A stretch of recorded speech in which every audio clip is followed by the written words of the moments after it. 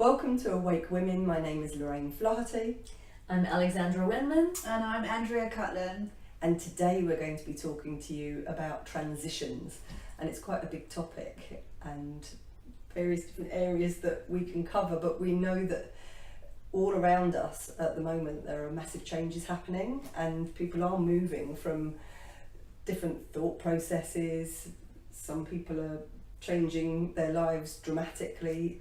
Some people are even transitioning into different realms and dimensions, and whether that's while they're currently on the earth plane or leaving the earth plane. So transitions are everywhere at the moment. So yeah, shall we start with you? Where do we start with this? Well, obviously being the energy girl, for this we're really going through a good sort of 6 to 8 month window, if you like, of this massive transition. And I have to say, in all the time that I've been looking at energy, predominantly solar, I think this has to be the biggest that I've experienced. So as we know, we had the eclipses in August and of 2017.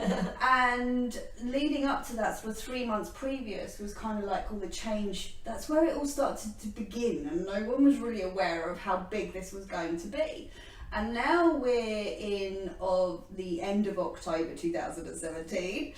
And at the time of filming. And this is going to really sort of continue round, and I don't think for another about 3 to 4 months. And I don't think anybody really, me included, even though I'm fully aware of what's going on energetically, I didn't realise how deep this clearing, this transition was going to be for everyone. And as I said, I don't think collectively, I don't think I've ever seen anything on this scale. Which only then means that it's not going to be long before that's, coming out onto the world stage. We're going to see a lot of changes going on in our world. Not bad, that's not a bad thing. That's obviously, change is always good. It depends on how you feel about change, which that's what a transition is anyway. It's about change. But what's really happening and what I'm really noticing is how everybody is really expanding in so many ways. I'm seeing everyone deal with like really deep-rooted issues, which is bringing that transition through, and what's coming out the other side is truly beautiful. Like those people who are, severely, when I say severely, I mean the word severely, committed to self and get the energy, they get the process, they get, if they do this, then this is going to happen, there's going to be an outcome. And it is happening. And I'm watching also on the flip side of those who are perhaps, dare I say, sort of unconscious, awareness or non-awareness, sorry. And they're really stagnating and they're really holding on and they're really resisting all of this change. And I'm seeing it sort of manifest in their health and, and it's quite a spectacle at the moment. It's quite you're just seeing it everywhere, but I absolutely love it because I love seeing these changes and I love seeing people transition and I love seeing what comes out of the other side, because what's happened for me personally, I felt like admitting myself to the local mental hospital for a little while. But what's come out of that? It's like a complete rebirth, isn't it? It's like there is a new me completely emerging.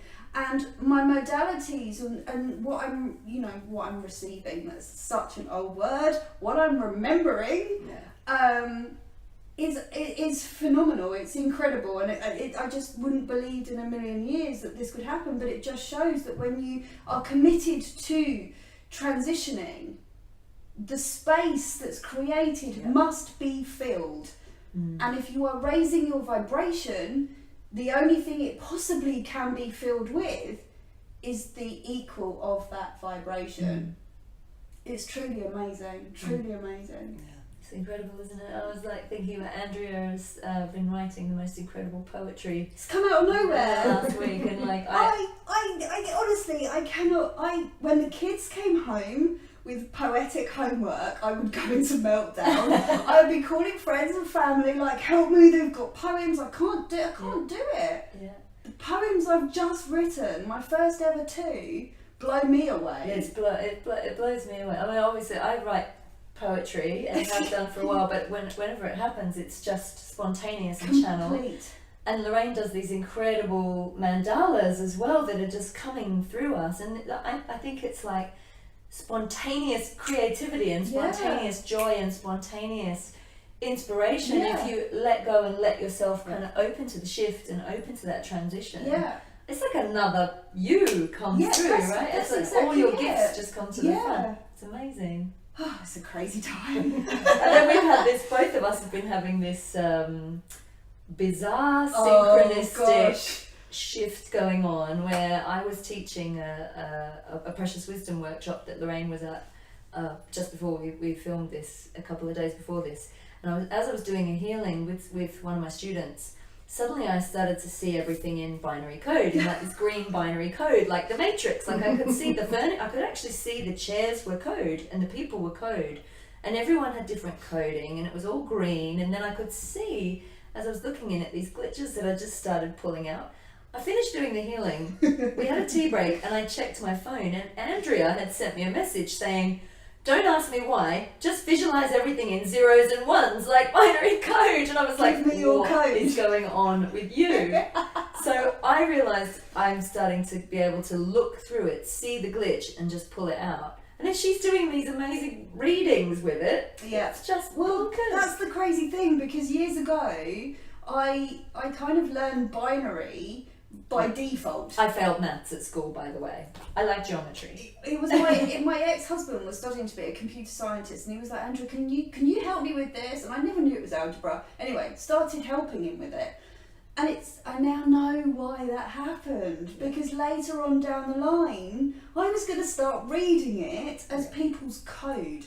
And that's literally just, this is birthing in this moment right now, from a massive transition that I've just been through, a massive deep sort of awareness of myself, and something that needed to be removed has now left space for this new modality to come through. So I'm transferring binary number, it gets worse than this though, I'm transferring binary numbers into decimal and reading it in terms of numerology, and it's just spot on every single time. But then I have a dream and it tells me about trinary. I've never heard of trinary. I didn't even know trinary existed. First thing in the morning, I Google it, there's such thing as trinary numbers. And I simultaneously was getting the number 3, right? Yes. That number 3 symbol. Yes. And there's something I need to tell you about that too. Okay, can I tell you now? Yes. So I'm Googling this 3 symbol, and something in me is going, I've seen it before. It looks like the beginning of the Om symbol, the 3, right? And I'm looking at it and I'm going, no, I've seen it before. And it also looks like the way Z can be written. But I was like, it's alchemy. I know I've seen it. It's an alchemical symbol. So I look up this 3 and the alchemical symbol for it, right? And it stands for DRAM, D-R-A-M, right? The DRAM. And I keep getting all this message about precious wisdom. I'm creating an elixir, like a precious wisdom elixir. So it was validation of that on the one hand. So a dram is like an essence or a dram of whiskey or a weeping, right? Whiskey, that's my friend. Dram is also, I love Google, DRAM. It's a certain type of reading code. It's a memory of a computer. And I'm sitting there last night, I was awake till 1 o'clock in the morning going, dram. And I'm going, okay, so the elixirs, that's happening, and symbolism is something that I work with in my healing system, but it's all so holographic and interconnected. So I'm going, I've got to tell Andrew, I haven't had a chance to tell so you can tell by my DRAM. We've got so much to talk about. There's so much coming through There is a whole lot. I mean, this is a brand new modality. And you're healing through the AI stuff as well, right? You see, we've talked about this before, so advertising and all of that is like, it sort of controls you. It keeps your mind kind of in this 3D box, the the coding coming through computers and all the technology, and it's like we can see through it. So this is a transition through the bullshit, really, and seeing it like, whoa, it's all coding, it's all embedded and hidden. It is, it's everything that we came here to transition,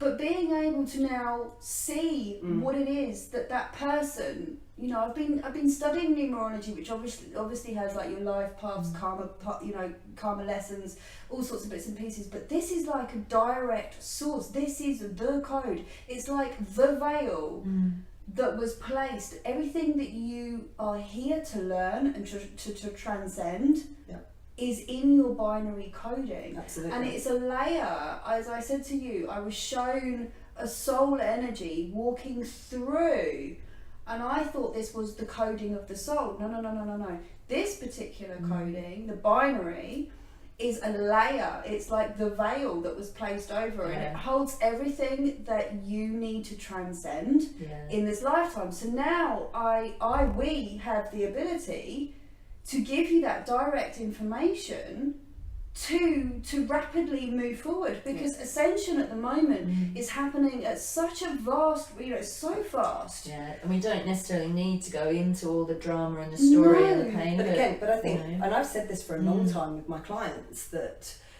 as someone who has a scientific mind and I need to understand how things happen, I could never understand how, by putting somebody into a past life story and getting them to go through the story, and yes, they understand the why it happened, and there are insights that come up, but it hurt my head that actually at the end of that session their entire life could then potentially change, and not just their lives but the lives of the people around them, and that huge blocks that they'd had and beliefs that they'd had, and things that had been fundamental to who they were as a person, even physical things, physical ailments, proper, unexplainable in like the medical profession, who they hadn't been able to find answers to these things, and to then do this work that is effectively metaphorical, that a change can happen, and I couldn't work out what it was. And so, and I'm sure I've talked about this before, but the work of Bruce Lipton, or Dr. Bruce Lipton, who is talking about the fact that our genes are information in the DNA, which is a code, and that's how I've been seeing it for the longest time. So again, you guys are just unravelling another layer of it, that somewhere I've recognised that the work that we're doing, however we're doing it, is actually adjusting that code. And I've been saying for ages, I feel like a computer programmer, and I'm really not tech savvy. I mean, I taught myself how to use a computer, so I don't know the code, I don't know the language, and in fact I'm seriously thinking I need to go and study it now as well. But I understand that we're going in and finding the glitches in the programs. That's my whole point. When I'm working with somebody now, I want to know the emotional part, the emotional component of their problem. So whatever pattern they're repeating, whatever it is that they're experiencing, what's the emotion behind it? Because that emotion is going to have a code. Yes, that's exactly. And that emotion, there's going to be a source, there's going to be an origin, there's going to be some element of that, and I can see that whether it's sadness or despair or it's fear, whatever it is, that is going to have a vibration that is going to be lowering that person's vibration. Right. We're talking about as a frequency, as energy. So if we can go in and find out where that first started, and it's in their entire holographic soul's energy field, and we go to the source of it, we take it out, we dismantle it, we deconstruct it, and then we change it, and we write an entire different code. So what I've been doing is working with people so that at the end of a session, when they've rewritten and they've shifted it from fear to joy, or from fear to love, or whatever the new vibration is.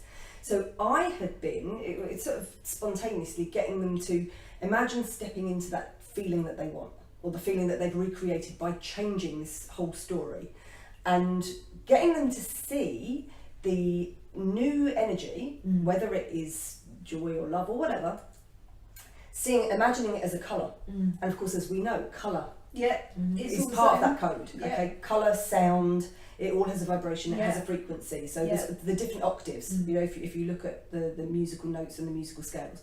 So effectively what I'm getting them to do is to step into that frequency.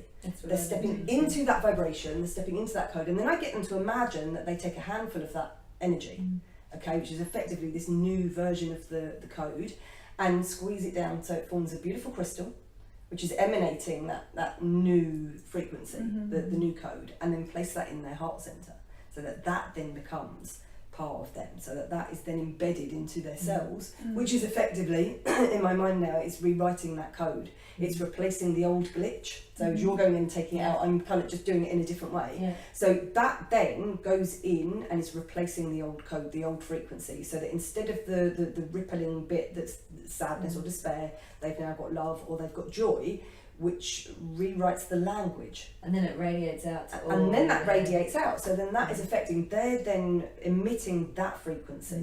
They're emitting that energy out into the world, which is then impacting the people that they are connected to. And I'm getting them in the session to imagine sending that out to not only all aspects of their soul's journey, so that every part of them in every lifetime that they're living in is getting the upgrade, but it's also going to go out and affect everybody that they've been interacting with in that life, who will be with them in this life. And so everyone else around them then transitions because you're affecting the energy of the whole. Yeah, because it's then uplifting everything. And of course, on a karmic level, then any connections that they had with souls who'd volunteered to help them with the fear or the despair or whatever it was that they'd chosen to work on is no longer needed.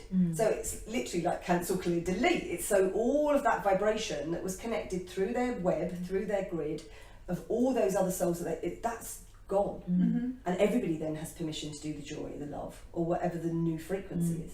And of course, because that web connects everybody and we're all effectively a part of a massive great big grid full of codes, each time one person changes it, the whole grid, if you think about how big that grid, that web is going to be, every time there's a little change everywhere, it's affecting the whole.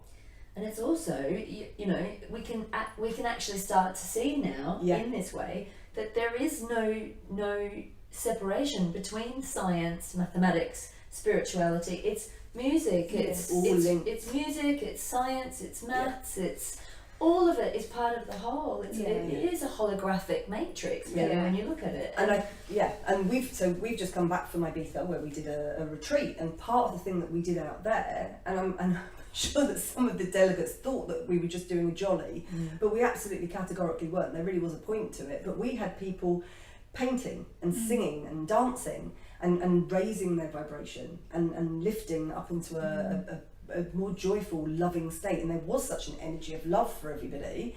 And each time you do that, I think it's shifting the code. It's shifting the vibration, and it's dissolving all that negativity. It does. It's about holding that vibration though, which is in this sort of three-dimensional realm, if you like, is an incredibly difficult thing to do. It takes a lot of commitment to be able to do that. So we kind of fluctuate up and down throughout that. Yeah. But the way I was shown it, because underneath because at first I thought binary was the answer. Do you remember? I was just like, that's it, binary. Binary is it's only two numbers, right? So it's the duality. It's duality. Exactly. It's kind of flat. So that's what then later, because I had this explosive conversation like, I've mastered the world. And then I did another meditation that night, and it was like, that's just the beginning. We just showed you. This is you're a healer. This is what you're healing. This is what you've got to do. And underneath that, and this is where the trinary came in. And I just thought that was ridiculous. Trinary, what was that about? No, it exists. And that is the number coding of 0, 1s and 2s. That is enlightenment. But can I tell you, you do know it's it just going to keep going. Because it's not going to be just 0, 1s and 2s. It's 0, 1s and 2s and 3s. No, I keep hearing her and going, right, I'm looking into this thing. And then Andrea went and did a transmission, a cleanse with this, and then she sent me this picture of this cloud that looked like DNA that she could see. Right.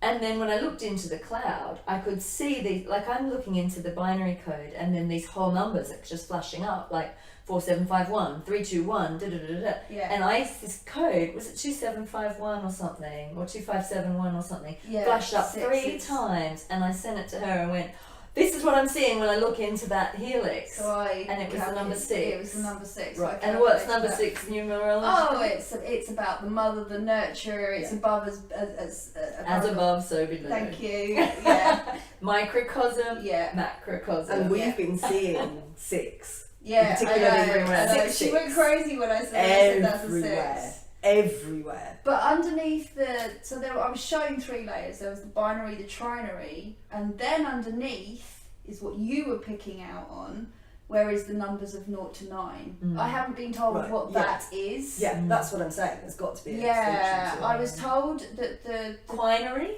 who knows? Who knows? Who knows? We I do know need to make that up our own trinary means, so we have Ninery? could well Could be be. ninery. Oh, Sorry, how about winery? Let's go. Yeah, so we, as I said, the binary is the dualistic duality. Trinary is the enlightenment. Yeah. I'm yet to find out what the rest uncovers. That's like It's just part blowing 3. our mind. Blowing our mind. It's a choice. Sorry, carry on. I was just going to say, because you were talking about the mandalas as well, we're talking about transitions. So one major transition for me was when I did the ayahuasca experience, and having had several 12-hour experiences, at one point I was aware of seeing, not as a numerological code, but I was aware of seeing the universe as spinning atoms of energy. So everything was translucent, but and the denser the form, so the wall would be bigger, slower, less colourful, spinning rotation, little atoms of energy, and a human being, anything that was alive, was much smaller and much faster, and all the different bits. And so my mandalas, it was like something opened, something transitioned, something shifted in my mind. Yeah. It's me trying to recreate what I Get a saw. load of this. Yeah. What I But this is not experienced. even as That- detailed as some of the ones No, that that's- she's doing. yeah. But Just it have to is show as that. though I'm trying to recreate, and they are based on sacred geometry, and they are based on a lot of them are the I can't even think of the word of it now, but just lots of sacred geometry and symbolism. and there is a mathematical element or component to it as I'm going through it, because I'm really aware that, and each one is like a portal that enables you to either go within or go out to take you out. So it feels and these are patterns of creation, right? they are the patterns This of is creation. this is some of the stuff that I've been teaching with Precious Wisdom, because I work with symbolism, and this is part of the transition too, because a lot of the symbols have been misused or misappropriated or misrepresented. So some of the symbols that I've been working with is the pentagram, which is the 5-pointed star, which obviously is all the elements that make up the divine human being. But it's been kind of, I don't want to say demonized, but a lot of fear's been put behind it. Demonized. And then you look at part of that, inside that pentagram, that 5-pointed star, you can actually trace the Masonic square and compass. It's part of that. And when I started to unlock the square and compass, it's the 2 tools that you need to draw sacred geometry. And it again is another symbol that represents us as divine, but also the knowledge of that energy in the middle. It's like gnosis. It's knowledge, it's ancient wisdom, but you can only access it through the heart. But as we know, some of those, it's your intention that you put behind it, and some of those have been used to limit. But when you're using it with the divine intention, the loving intention, they then become portals. So symbols, anything that doesn't make logical sense to you, so you don't need to know the maths, because it's like symbols, patterns of creation, the number codes, all of that is serving to stretch our mind so that we transition beyond what we think we are and into what we really are. So it's like, it is like a portal that opens you to, it opens you into these other dimensions, so you're able to see into the afterlife without leaving your body. You don't have to, you can die to the old self, you don't have to die to see it and to know what's beyond it. Absolutely. But I remember at school actually really enjoying maths. And really thinking that I shouldn't, because I wasn't really that sort of over-enthused about the education system as it was. But there was something about Pythagoras and the theories and the algebra. There was something about making sense, of being able to find equations that made things. actually fit that made things come together. And in physics, imagine if they taught I maths just like this loved it. though. Imagine if they Yeah. taught it Yeah. how they should be teaching it instead of Yeah. I just used to fall asleep. I'd be like, Yeah, well, that's the funny thing, because as I was saying to you, I was really good at maths when I was at school, Right. but I had this allergic reaction to algebra. Right. I could work out anything, it was really good, but the moment my teacher said anything about algebra, the shutters went down. I'm not doing algebra. I could not get it. Right. Work this out. It's the most craziest flip. So then my ex-husband tricks me into learning binary. Not that he didn't. It wasn't like that. But I felt tricked when I was like, "What is this?" And he was like, "Binary. It's algebra." I was like, "What? It's algebra!" By that stage, I already understood the process behind the binary and how to work it out. And then now I'm bringing or remembering a modality, understanding code in binary, and now trinary. To go from that absolute dislike and this like, not doing this as a child, what on earth? Why? Because it's all serving a purpose. And this is the other thing about transitions, is that sometimes, and I think again we've talked about this before, is that sometimes people are following a particular path and they're doing something, and then it feels that there's a frustration, or they don't know why they're doing something, and they want to do something else, and so they're feeling unhappy about that role that they're in, and they maybe don't understand why they're there. And I know for a fact that all of the things that I've done in my life, like these things that don't make any sense to you at the time, and I felt for years that I kept moving from one thing to another. You know, I started with the hairdressing, and then I was doing makeup, and then I was doing videos, and then I was doing various, just so many different bits and pieces, and I felt like I kept jumping. I kept literally transitioning from one thing to the next, trying to find it. And I was driving myself crazy because I felt like I was lost, and I felt like it didn't make sense, and I felt like I was failing because each thing I thought was my thing wasn't my thing. But now I look back and I realise it was a massive jigsaw puzzle. And they were stepping information gathering.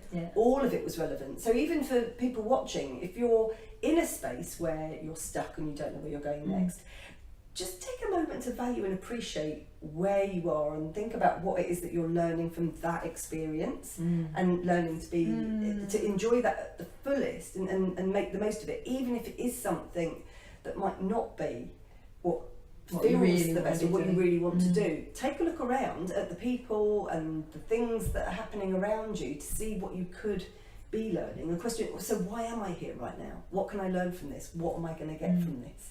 Because usually when you get the answer, that's the point at which the next step unfolds. Comes when the you next get transition will actually Well, that takes you back to sort of the endings of chapters, timelines, whatever that's going on. Creates that space then for something new to enter. And if you're dedicated to your, I'm not going to call it spiritualness, I'm going to call it normalness. Okay, we need to knock out this word. It is normal. If you're dedicated to that, then you're going to experience that transition on a completely cosmic roller coaster of amazingness. Because you'll be aware of it not just at human level, but at all levels. At all levels, exactly. And remember, we're quickening. Like this, the transitions are happening faster now. And one of the things that I've seen is that there are many of us are transitioning. Many of you probably heard about the different qualities of soul that are here. You've heard of indigo children, rainbow children, crystal children, all of that. And some of us have actually gone through already 4 evolutionary cycles within this one human life. You know, we started as indigo children, we've gone through, indigos tend to, you feel like, oh, I can't change anything and I'm different to everyone, and then you learn to step into the more magical side. As rainbow children, you learn you can change the energy around you, and then you become like, instead of a child of the earth, you're a child of the cosmos, and then you step into, oh, I'm a child of the universe. It's like moving from a small town and thinking that small town is your whole world, to then moving to a city and going, oh, the world's quite big now, and then you travel the globe, and then suddenly the world's a bigger place, and then suddenly you're aware of the solar system and the galaxy and the universe and beyond, and then you step into the diamond soul potential. And we're doing this, we're evolving, and our cells are changing with it, and there's more light coming in, there's more code coming in, and we can see this happening planet-wide. And we can also see that as this quickening speeds up, a lot of souls we seem to be more aware of a lot more souls leaving the planet, which is a big part of transition, obviously, because we all transition in the end of this 3D life into death. And one of the things I just wanted to talk about around that is that obviously it's a big part of our lives. It's a very normal part of our lives to cycle into the afterlife. And one of the things that I've found in my healing work is that healing into death is it's really more of a holding space for somebody to pass in the best way that they can, because when we project onto, oh God, please don't die, or please, you can actually keep a part of that person stuck or trapped here and prevent them from transitioning in the right way that they should.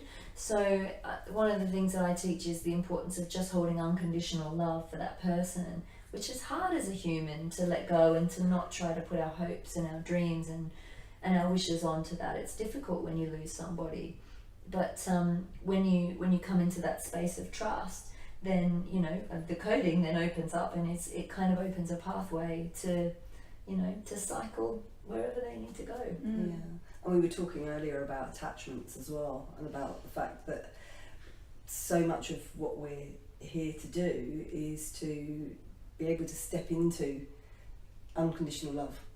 And that does mean literally no conditions, which also means that we have to have no attachment to a thing or a person or a place, and letting go of outcomes. And that also means when we're having to let go of people sometimes, which can be difficult, but when we trust that whatever is happening is going to be right for them, and that we then just have to manage our own kind of feelings around that. But if you don't have an attachment to it and you trust that it's as it's meant to be and as it should be, then whatever happens is going to be okay.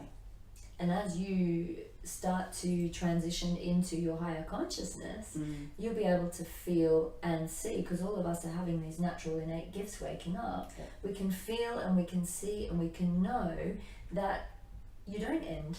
You just keep going, and the loved ones that do pass over are still around us. They're just vibrating at a different level, at a different vibration. And I always say it's a bit like when someone does leave, it's the equivalent of them having moved into another room or moved into another building, that they haven't left.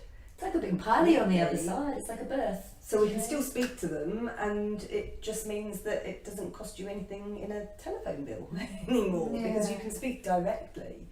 And we've all had evidence and proof that those that have transitioned to the other side are still around us.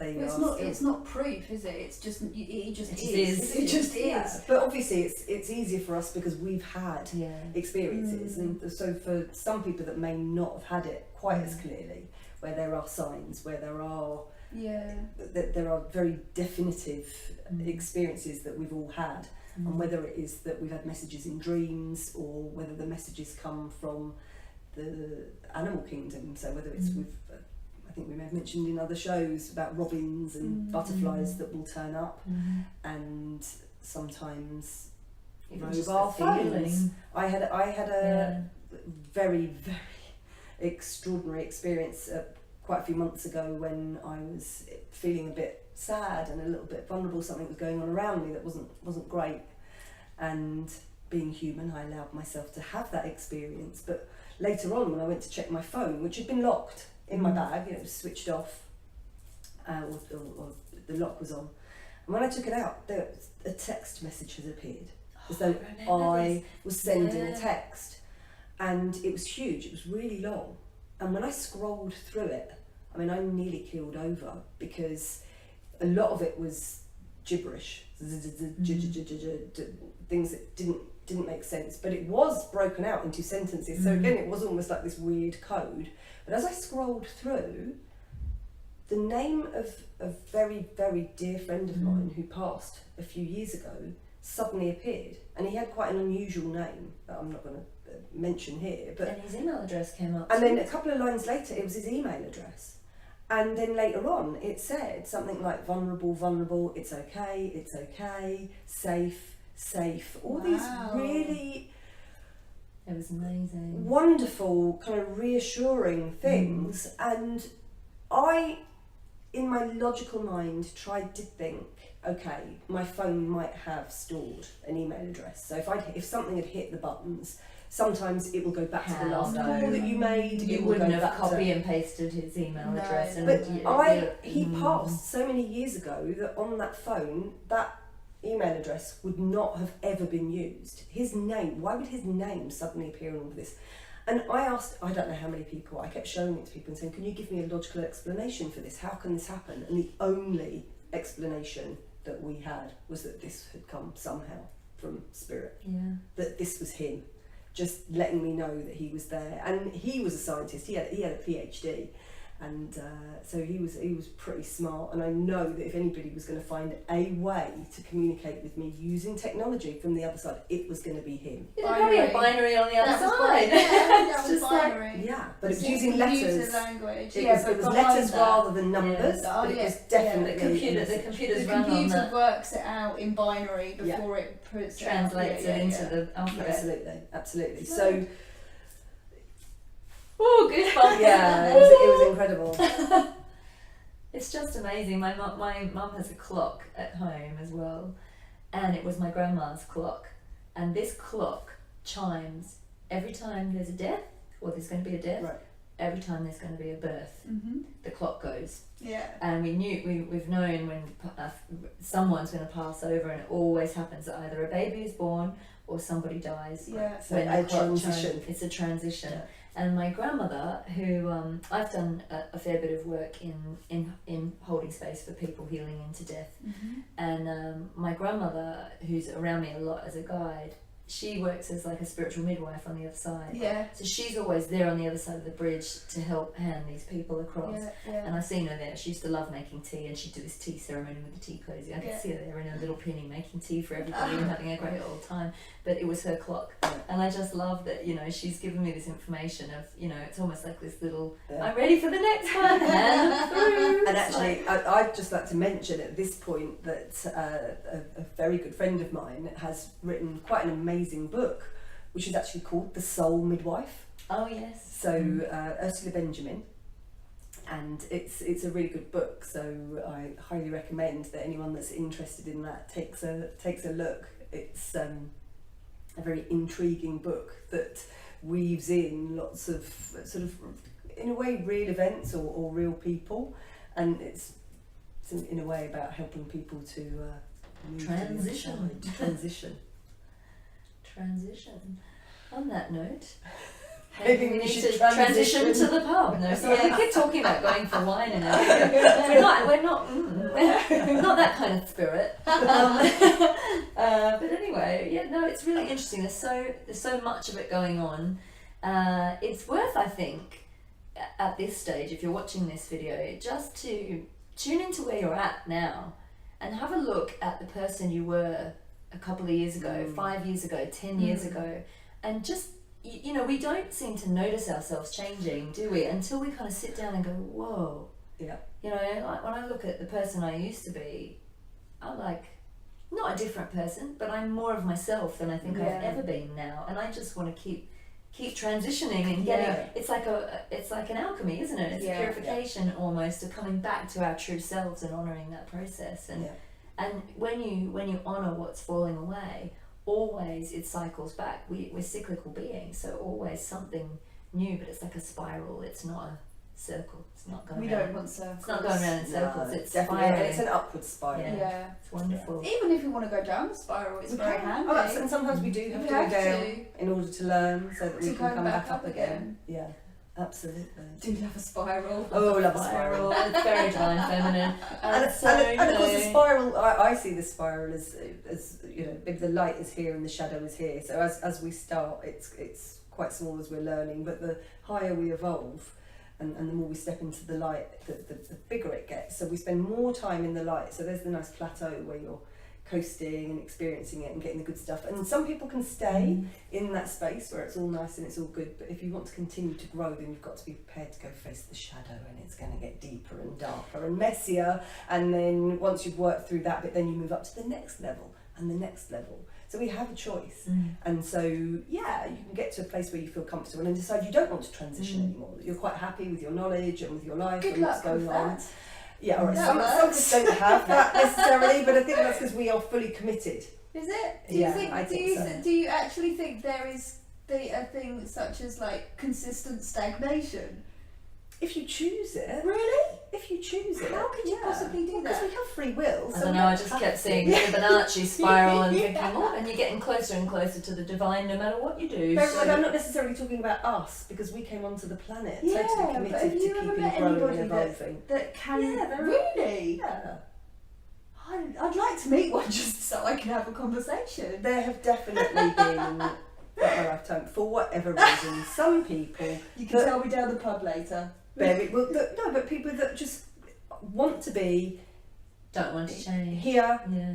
that they don't want to believe in anything external to who they Oh, are. okay. No. I was on a different way. No. So there are some people that are not engaging, that don't want to transition, that they're quite happy to stay where they are living their life. And that is absolutely fine. Again, this is the thing, we have to stay out of judgment. That just because they're not choosing to follow, and I know you don't like the phrase, but a more spiritual path and be open to stuff, that's okay too. Whatever choices people make, because they have free Yeah. will. Oh, yeah. No, I was on a different Right. understanding of that. I totally. Oh, For us, can we're I just committed. say something too for our viewers? I've had a few comments recently about the name of our show. We're called Awake Women because we are women. Yeah. We're not called Awake Women because our show is only for women. Is that no? We're not called Awake Women for only women who are awake either. We're here for everyone, to support everyone, to share information. We've had men on the show as our guests. And we will continue to do so. It's just that it's more our name, our collective name. So Yeah. please don't feel that we're only here for women. We're here to support men, and we hope that this information helps anyone. Yes. You know, whether on the path, whether waking up, whether just curious, whether you're questioning it all, which you should be like a 2-year-old. Like we should be questioning everything, and you know, questioning is what's going to get us into that wonderful transition as well. But yeah, just for those people who made comment that maybe we weren't trying to wake men up. We do love men very much. I'm married to a wonderful man who's very honouring. You have yourself a man. Oh, that's nice. A man. Yes, wonderful. I'm lucky. Anyway, so on that note, we're gonna say goodbye. We're going to transition to another stage of being now, and we wish you well. Thank you for watching. Thank you for watching.